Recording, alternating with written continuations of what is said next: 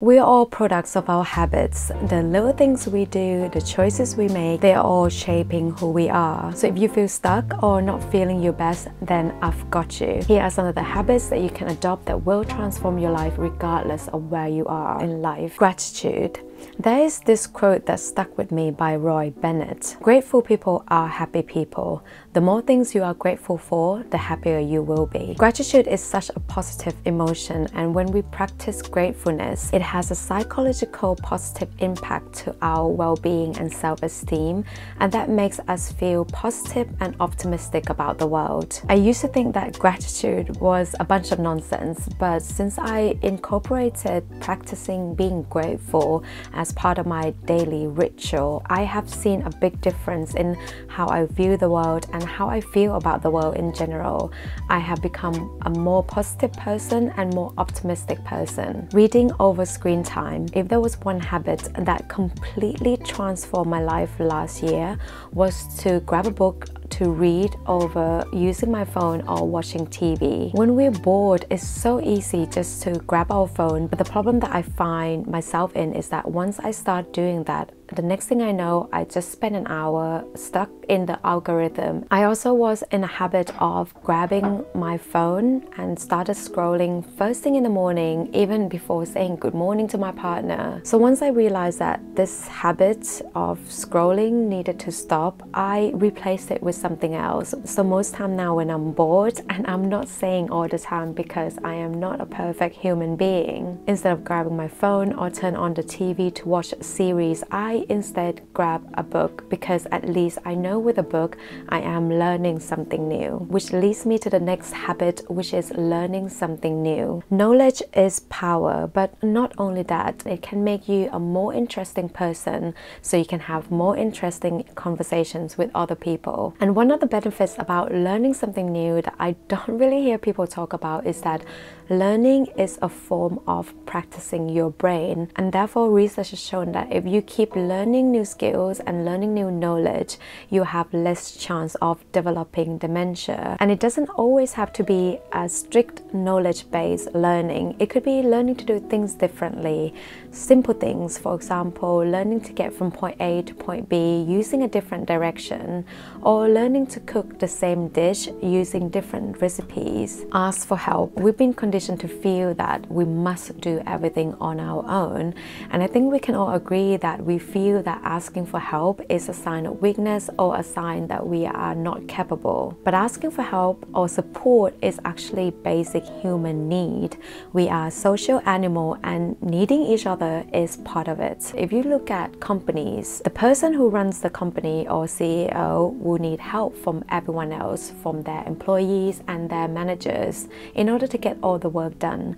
The CEOs cannot do everything by themselves. I used to be one of those people that I would rather walk around wasting my time in a shop trying to find an item instead of asking someone who works there for help. But once I realized that it's okay to ask for help and support, I started to ask for directions, started to ask for even for little things. It actually saves me a lot of time and energy trying to figure everything out by myself. The 2 minutes rule. If a task would take less than 2 minutes to get done, then it must be done at the moment it is encountered. So for example, how many times do you see an email, open it, read the whole thing, and then say to yourself, I'll reply later, mark as unread, go on to do something else, come back to the email, read it again, and you may or may not reply. You're practically repeating the same requirement, the same task with no action and no result. So if it's quick, do it now. It is a great tool to combat procrastination and stress, because we all know these days there are so many things that we need to do on a daily basis,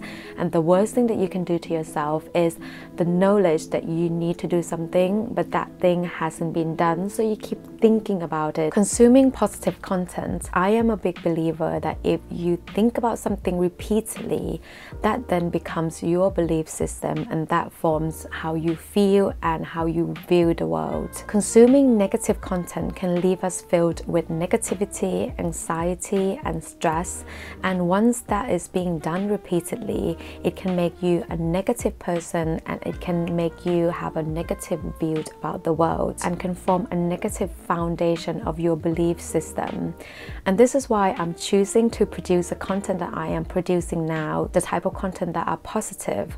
For example, motivational videos, life-changing stories, health-related tips. So those are examples of positive content. Some examples of negative contents are content that related to gossiping, content that accuse someone of doing something, or content that saying that the world is going to end or the system is going to collapse. I don't consume those content as much anymore, and I have started seeing a big difference in how I feel, my stress level. I am less anxious, and I stop seeing things as being just black and white, and I am just more optimistic. Replacing one thing that's unhealthy in your diet with a healthier option. I have been on a health and fitness journey lately, and one thing that really transformed my fitness journey was just simply replacing one thing in the diet that was unhealthy for me with a healthier one. In the past couple of months, I've lost 5% or around 11 pounds of body fat,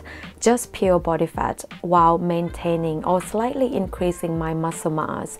And it all started by just replacing one thing in my diet, and that was eating more vegetables. So with every meal, I would replace things on that dish that I know that my body doesn't need in excess. Most of the time it will be unnecessary carbs with vegetables, and after doing that for a few weeks, that behavior becomes natural to me and it becomes my new habit. To retain a new habit, it needs to be instinctive. You shouldn't need to remember or decide to do it. Then once that habit sticks, then I move on to the next one, which is increasing amount of protein I was consuming. Use what you have. These days it is so easy to consume or to buy new things. The moment that you think you need something, 5 minutes after that, that thing has already been ordered, and sometimes less than 24 hours after that thought comes to mind, that item has already been delivered. For me personally, this has caused cluttered, unnecessary purchases and spending. No person has the power to have everything they want, but it is in their power not to want what they don't have and to cheerfully put a good use to what they do have. And this stood out to me because it's not about restricting yourself from the desire to want something.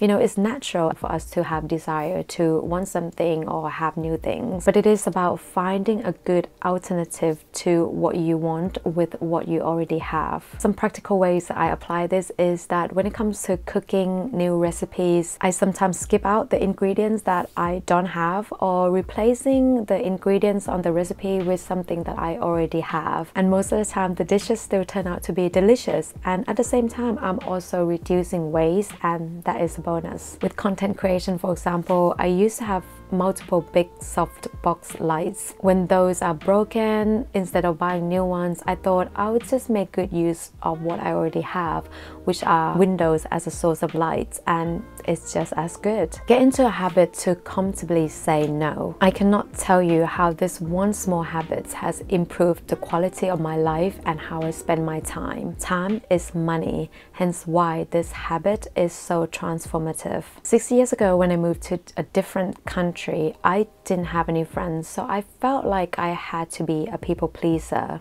You would never hear me saying no to anything, even when it comes to doing the things that I didn't really want to do, being around people that I didn't want to be around. And then I had a realization that instead of doing those things, I would rather want to do something else. And sometimes saying no to other people means that I am saying yes to myself. And small no's sometimes can make a huge difference. Go outside every day. With work from home becoming a norm, it is so easy for us to stuck inside, stuck in the same place with little movement, not being able to see the grasses, the trees, or smelling fresh air.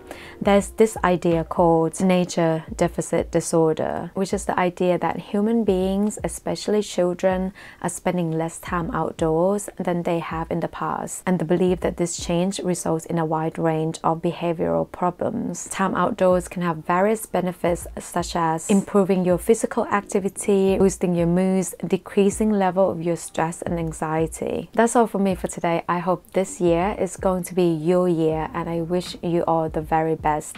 I'll see you in the next video, and thank you for watching. Bye.